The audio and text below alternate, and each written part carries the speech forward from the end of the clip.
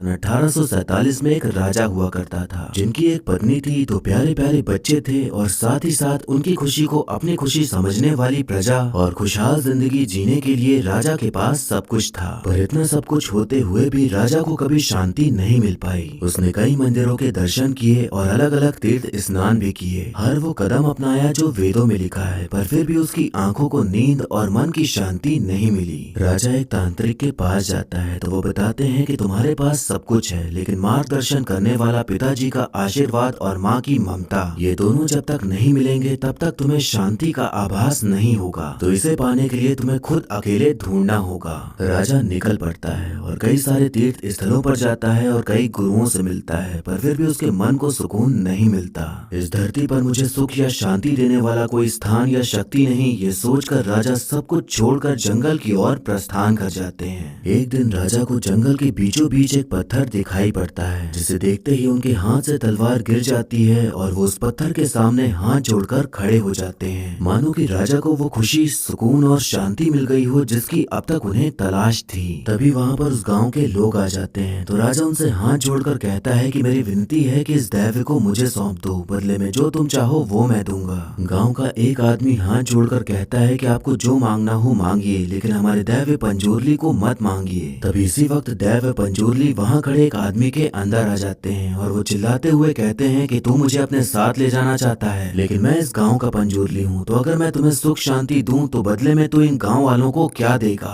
राजा को जो सुख और शांति का एहसास हुआ था वो उसे अपने साथ ले जाने के लिए कुछ भी त्यागने और देने के लिए तैयार था। तो दैव्य पंजोरली चिल्लाते हुए कहते हैं कि जहाँ तक मेरी आवाज पहुँच रही है वो सारी जमीन तुम्हें गाँव वालों के नाम करनी होगी, तभी मैं तुम्हारे साथ चलूंगा। लेकिन याद रखना उग्र गुलिका मेरे साथ है, तो अगर तुमने कभी वचन तोड़ा तो मैं तो तुम्हें माफ कर दूंगा, लेकिन गुलिका नहीं करेगा। इस वचन को निभाने का वचन देने के बाद राजा दैव पंजोरली को अपने साथ अपने महल लेकर चला जाता है और उस दिन के बाद से राजा की जिंदगी में सुख शांति की कभी कोई कमी नहीं रही। उसी दिन से गाँव के दैव मिले राजा को और राजा की जमीन मिली गाँव वालों को। अब कहानी यहाँ से आगे बढ़ती है और हमें 1970 का समय दिखाया जाता है, जहाँ हम देखते हैं कि एक आदमी अपने बच्चे शिवा को राजा की कहानी सुना रहा था और बताता है कि उस दिन के बाद से ही राजा के महल में उत्सव चलता आ रहा है। शिवा सवाल करता है कि जो अब राजा की पीढ़ी चलती आ रही है वो अब जमीन लौटाने को क्यों कह रहे हैं। शिवा की माँ कहती है कि जमीन तो उनकी ही है, तो वापस मांगना कोई गलत बात नहीं है, पर हम दैव पंजोरली की सेवा करते हैं तो उन्हें छोड़कर जाए भी कहाँ। गाँव में भूता कोला नाम की एक सांस्कृतिक प्रथा निभाई जाती थी, जिसमें कि एक आदमी दैव की तरह तैयार होकर नृत्य करता था और उसमें दैव प्रवेश करते थे। जो आदमी इस प्रथा में नृत्य करता था उसी की पीढ़ी में से ही किसी को उस प्रथा को आगे निभाना होता था। तो अब शिवा के पिताजी इस प्रथा को निभाते हुए वो दैव की तरह तैयार होकर नृत्य कर रहे होते हैं और ये प्रथा कई सालों से चली आ रही थी, जिसमें कि सभी गांव वाले शामिल होते थे और बड़े धूमधाम से भूता कोला मनाया जाता था। वहीं पर बैठा एक आदमी ये सब देखकर गुस्सा रहा होता है, जो कि राजा की ही पीढ़ी से संबंध रखता था और यही वो इंसान था जो वो सारी जमीन गांव वालों से वापस लेना चाहता था जो राजा ने गांव वालों को दी थी, और उसे दैव और इन प्रथाओं के ऊपर बिल्कुल भी विश्वास नहीं था। अब हम देखते हैं कि शिवा के पिताजी जो कि भूता कोला कर रहे थे उनके अंदर दैव पंजोरली आ जाते हैं, तो वो सभी से सवाल करते हैं कि किसी को कोई समस्या है तो वो बताए। तो वो आदमी कहता है कि उसे अपनी जमीन वापिस चाहिए जो कि इन गाँव वालों की नहीं मेरी है। दैव पंजोरली कहते हैं कि तुम्हें जमीन तो वापस मिल जाएगी, लेकिन जो सुख शांति मैंने तुम्हारे परिवार को अब तक दी है क्या वो तुम वापस कर सकते हो। आदमी कहता है कि अगर तुम वापस नहीं दिला सकते तो मैं कोर्ट तक जाऊंगा।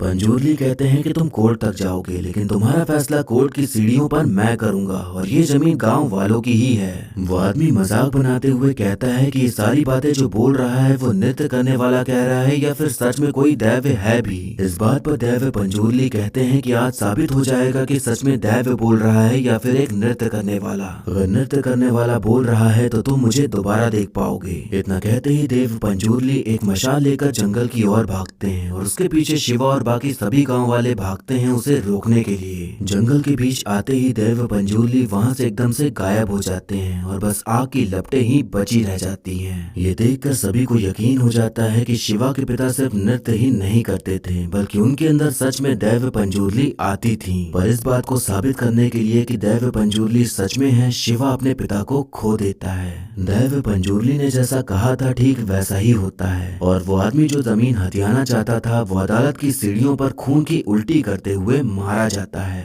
अब कहानी यहाँ से आगे बढ़ती है और हमें 1990 का समय दिखाया जाता है, जहाँ हम देखते हैं कि गांव में कंबाला उत्सव चल रहा होता है, जिसमें कि भैंसों की दौड़ होती है और कई गांव वाले उसमें हिस्सा लेते थे और ये परंपरा सदियों से चली आ रही थी। अब वहाँ पर आते हैं कंबाला समारोह के मुख्य अतिथि देवेंद्र, जिन्हें सब साहब कहकर पुकारते थे, और जो आदमी अदालत की सीढ़ियों पर खून की उल्टी करके मरा था ये उनके ही बेटे थे। अब भैंसों की दौड़ शुरू होती है तो अब हम शिवा को देखते हैं, जो कि अब बड़ा हो चुका था और गांव में सभी उसे जानते थे, क्योंकि वो कोई काम धंधा करने के बजाय बस अपने दोस्तों के साथ घूमता फिरता और आवारागर्दी करते नजर आता था। शिवा का स्वभाव गुस्सैल वाला था और वो किसी के सामने ना तो झुकता था और ना ही हार मानता था, लेकिन एक इंसान था जिसके आगे उसकी एक नहीं चलती थी, और वो है उसकी माँ। शिवा की माँ उसे लेकर हमेशा परेशान रहती थी, क्योंकि लफंगाई करने के अलावा वो कुछ भी ढंग का काम नहीं करता था। अब एक दिन शिवा अपने दोस्तों के साथ मिलकर रात में सुअर का शिकार करने का प्लान बनाता है। तो रात होने पर वो सभी शिकार पर जाते हैं और तभी शिवा को एक सुअर दिखाई पड़ता है। वो सुअर बहुत अलग था, क्योंकि उसने कई तरह के आभूषण पहन रखे थे और वो शिवा को ही घूरे जा रहा था। लेकिन इन सभी बातों की फिक्र ना करते हुए शिवा उस पर गोली चला देता है।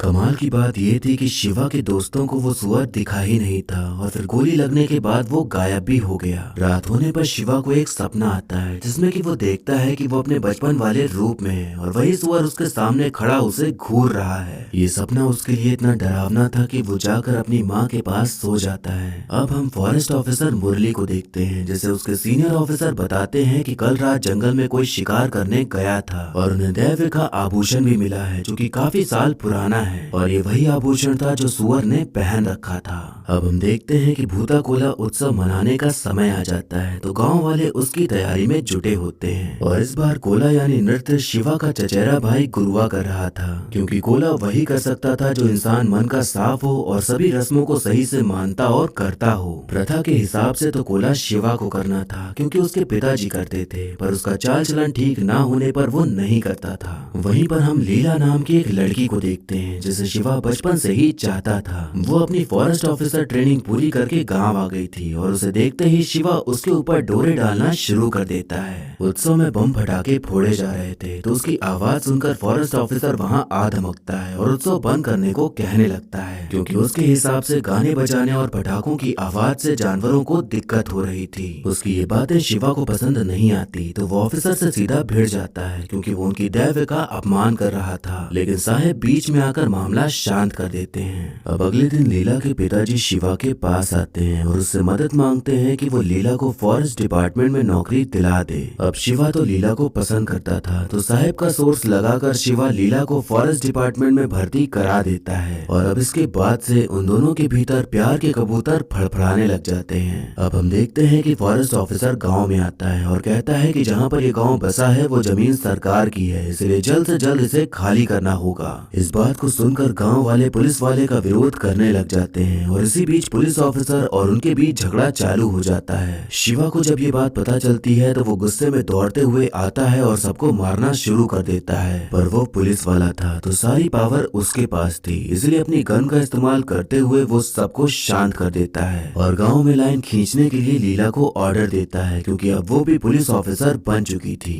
आज लीला को अपने ही लोगों के खिलाफ वो काम करना पड़ रहा था जो वो करना तो नहीं चाहती थी, पर जिस पोस्ट पर वो थी उसे वो करना ही पड़ता है। रात होने पर जब लीला घर वापस आती है तो सभी लोग उसे ताने दे रहे होते हैं और उसका चेहरा गांव वालों के सामने झुक जाता है। इसमें लीला की भी गलती नहीं थी, वो मजबूर थी सब कुछ करने के लिए, पर ये बात कोई और समझ ही नहीं पा रहा था। अब अगले दिन मदद के लिए सभी गांव वाले साहब के पास जाते हैं, तो साहब सभी लोगों की जमीन के कागज लेकर मदद करने के लिए मान जाते हैं। एक आदमी साहब के घर में घुसने की कोशिश करता है, तो वहाँ का नौकर उसे थप्पड़ मारकर बाहर कर देता है, जिसे देखकर शिवा को गुस्सा आ जाता है और वो भी उस नौकर को एक जोरदार थप्पड़ जड़ देता है। अब फॉरेस्ट ऑफिसर गांव को खाली करवाने और बाकी सभी कामों में लग जाता है। उधर शिवा जंगल से पेड़ काटकर साहब को बेचने का काम करता था, तो वो फॉरेस्ट ऑफिसर से बचते हुए उसी काम में लगा होता है। साहब का एक आदमी था जो कि शिवा को पसंद नहीं करता था, तो वो फॉरेस्ट ऑफिसर के साथ मिल जाता है ताकि वो शिवा को पकड़वा सके गैर कानूनी तरीके से जंगल से पेड़ काटने के लिए। शिवा और उसके साथी एक बहुत बड़ा पेड़ काट रहे थे, लेकिन पुलिस को आता देख वो छुप जाते हैं, लेकिन वो पेड़ सीधा पुलिस की गाड़ी पर ही जा गिर गिरता है और उसमें बैठे सभी जख्मी हो जाते हैं। अब शिवा और उसके साथी साहेब की मदद लेते हुए अंडरग्राउंड हो जाते हैं क्योंकि अब पुलिस उनके पीछे हाथ धोकर पड़ चुकी थी। काफी दिन बीतने पर सभी लोग छुप छुपाकर अपने परिवार से मिलने जाते हैं, लेकिन अफसोस कि सभी पुलिस के हत्थे चढ़ जाते हैं और उन्हें जेल हो जाती है।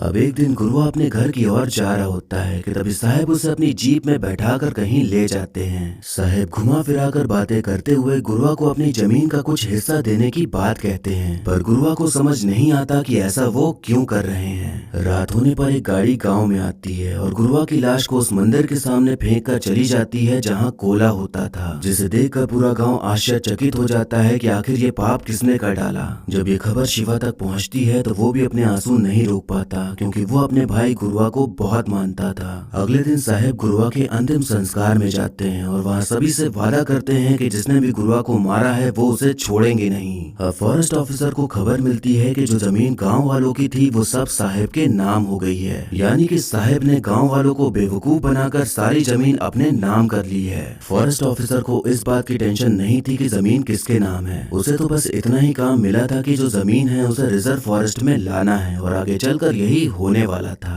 अब यहाँ पर एक राज खुलता है कि साहेब जो कि हमेशा गांव वालों की मदद करने वाला और साथ खड़े रहने वाला इंसान बनता था, वो असलियत में बिल्कुल ही अलग था। वो सिर्फ अपनी जमीन वापस लेना चाहता था जो कि राजा ने गांव वालों को दी थी और अब धोखे से उसने सारी जमीन अपने नाम कर ली थी। यहाँ ये भी असलियत निकल के सामने आती है कि गुरुआ को उसने ही मारा था क्योंकि वो चाहता था कि गुरुआ जब कोला करे तो दैव आने के समय वो जमीन उसके नाम करने को कह दे, क्योंकि गांव वाले दैव पंजूरली की सारी बातें मानते हैं। पर गुरुआ ने ऐसा करने से मना कर दिया, इसलिए साहेब ने उसे बड़ी बेरहमी से मार डाला। अब हम देखते हैं कि गांव का कोई दूसरा बड़ा आदमी शिवा को जेल से छुड़ा लेता है तो शिवा सीधा साहेब के पास पहुंच जाता है क्योंकि उसे तो साहेब के बारे में कुछ पता ही नहीं था। साहेब अपना दांव खेलते हुए शिवा को भड़काते हुए कहते हैं कि गुरुआ को उस फॉरेस्ट ऑफिसर ने मारा है। शिवा को रास्ते में एक आदमी मिलता है जो कि बताता है कि गुरुआ साहेब के साथ गया था, लेकिन वापस आते समय गुरुआ साहेब के साथ नहीं था। ये सुनकर शिवा को शक हो जाता है कि यहाँ कुछ तो गड़बड़ है और साहेब कोई खेल खेल रहा है। एक बार साहेब के नौकर ने एक गांव वाले को इसलिए मारा था क्योंकि वो साहेब के घर के अंदर घुस रहा था, लेकिन आज शिवा सीधा साहेब के घर में घुसकर उनके यहाँ खाना खाने बैठ जाता है और अब उसे समझ आ गया था कि साहेब ने ही गुरुआ को मारा है। अब हम देखते हैं कि शिवा अपने घर जा रहा होता है कि तभी उसे वही सुअर दिखाई पड़ता है जिसके ऊपर उसने गोली चलाई थी। इस बार उससे भागने के बजाय वो उसके पीछे जाता है और वहीं पहुंच जाता है जहां से उसके पिताजी गायब हुए थे।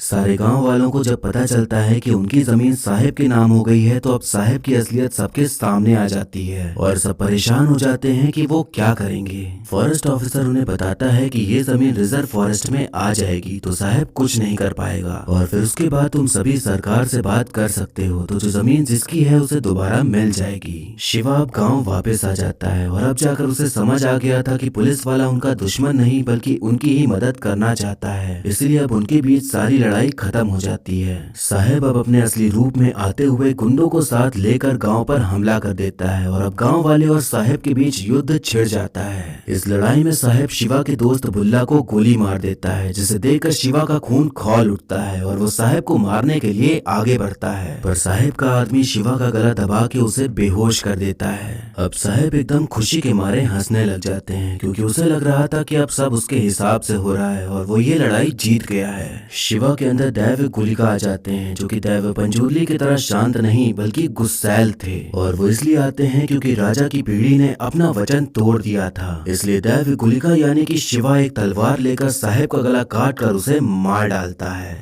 लड़ाई खत्म होने के कुछ महीने बीतने के बाद अब शिवा भूता कोला करता है और उसके अंदर दैव पंजूरली आते हैं और फॉरेस्ट ऑफिसर और बाकी जितने भी लोगों ने गांव वालों की मदद करी थी उन सभी को वो अपने तरीके से शुक्रिया कहते हैं। शिवा को जंगल से अपने पिता की आवाज सुनाई पड़ती है तो वो ठीक उसी तरह मशाल लेकर जंगल की ओर भागता है। हमें यहाँ ये भी दिखाया जाता है कि लीला अब पेट से है। जंगल में उसी जगह पहुँचने पर शिवा को अपने पिताजी दिखाई पड़ते हैं जो कि दैव के आभूषण में थे और फिर यहाँ पर उसी तरह दोनों ही लोग नृत्य करते हुए गायब हो जाते हैं। हम देखते हैं कि शिवा का दोस्त शिवा के बेटे को ये सारी कहानी सुना रहा होता है और यहाँ ये हिंट देखने को मिलता है कि अब आगे चलकर भूता कोला शिवा का बेटा करेगा और इस प्रथा को आगे बढ़ाएगा। और फिर इसी के साथ मूवी यहीं पर खत्म हो जाती है।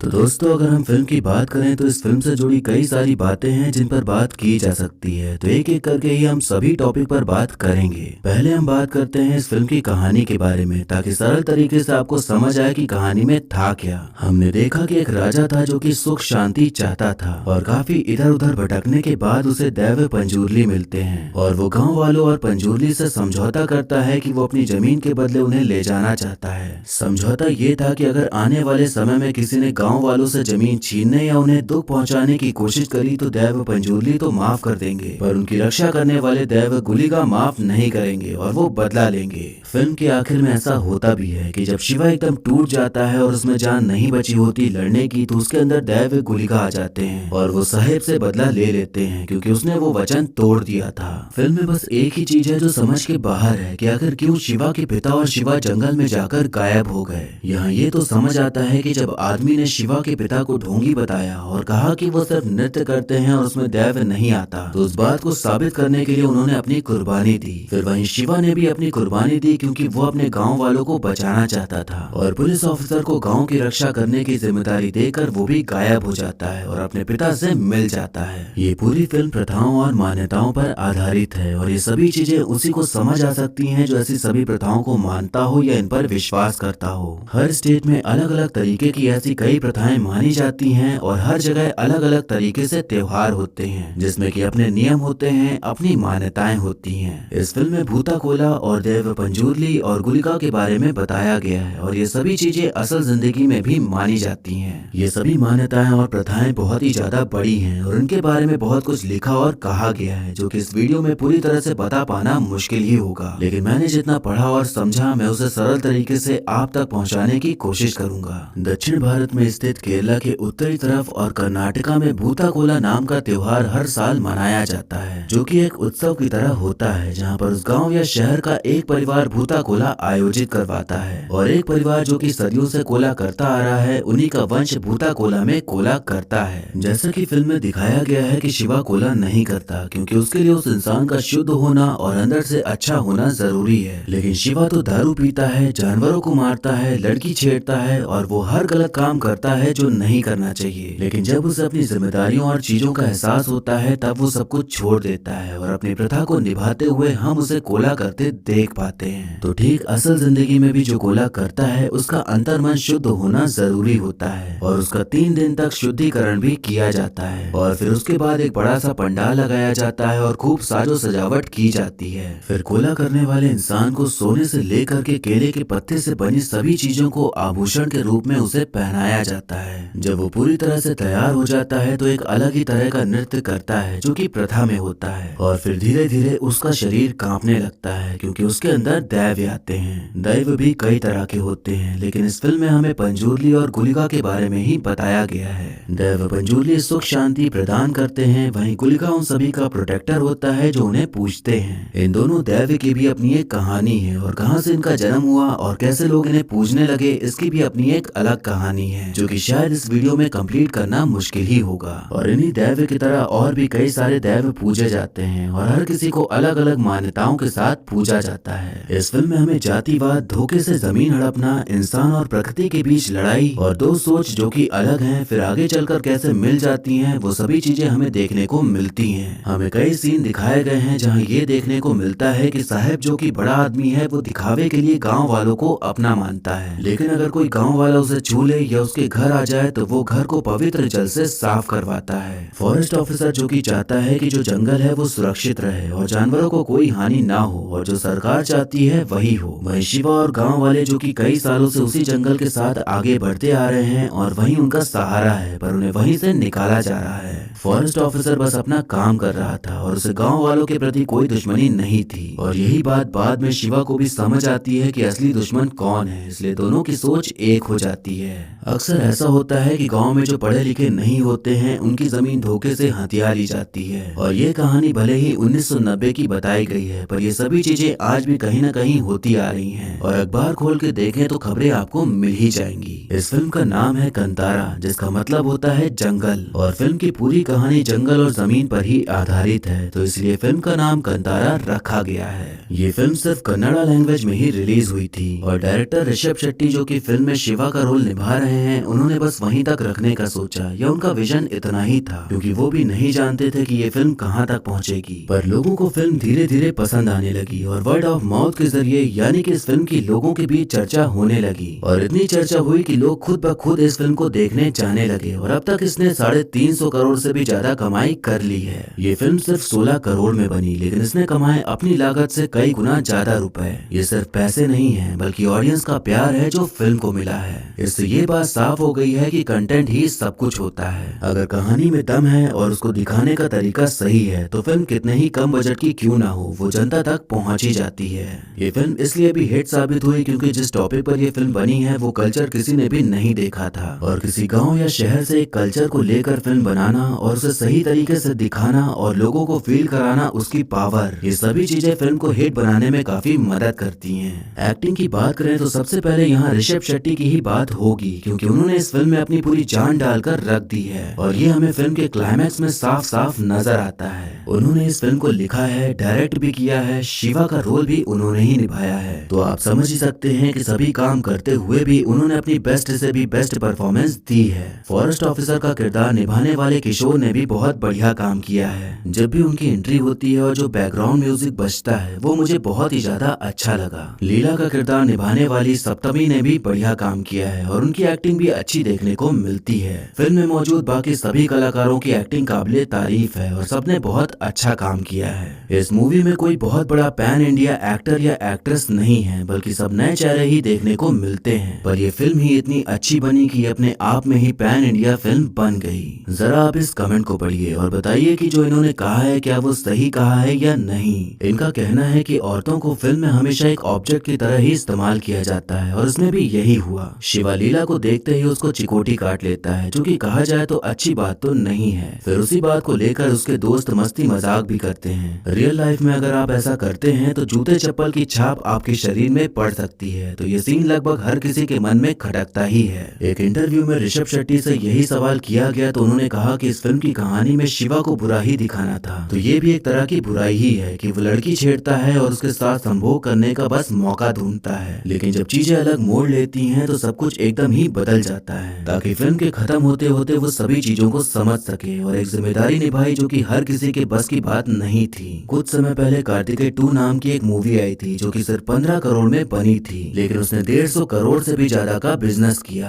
अभी ये समय चल रहा है कि रीजनल सिनेमा ही पूरी दुनिया में भारत की शान बढ़ा रहा है। बाकी बॉलीवुड की तरफ से इस साल अब तक तो कोई ऐसी मूवी नहीं आई कि उसकी हर जगह चर्चा हो। ये फिल्म अगर आपके नजदीकी सिनेमा घरों में अभी भी लगी है तो आप इसे देखने जरूर जाएं। अगर आप वाकई में सिनेमा लवर हैं तो ये फिल्म आपको जरूर पसंद आएगी। फिल्म में एक्शन है, कॉमेडी है और अच्छा सा बढ़िया सा क्लाइमैक्स है जो कि आपके होश उड़ा देगा और बैकग्राउंड म्यूजिक आपके मन में छप जाएगा। तो ये था एक्सप्लेनेशन कंतारा मूवी का। आपको मूवी और मेरा एक्सप्लेन करना कैसा लगा ये कमेंट करके जरूर बताइएगा।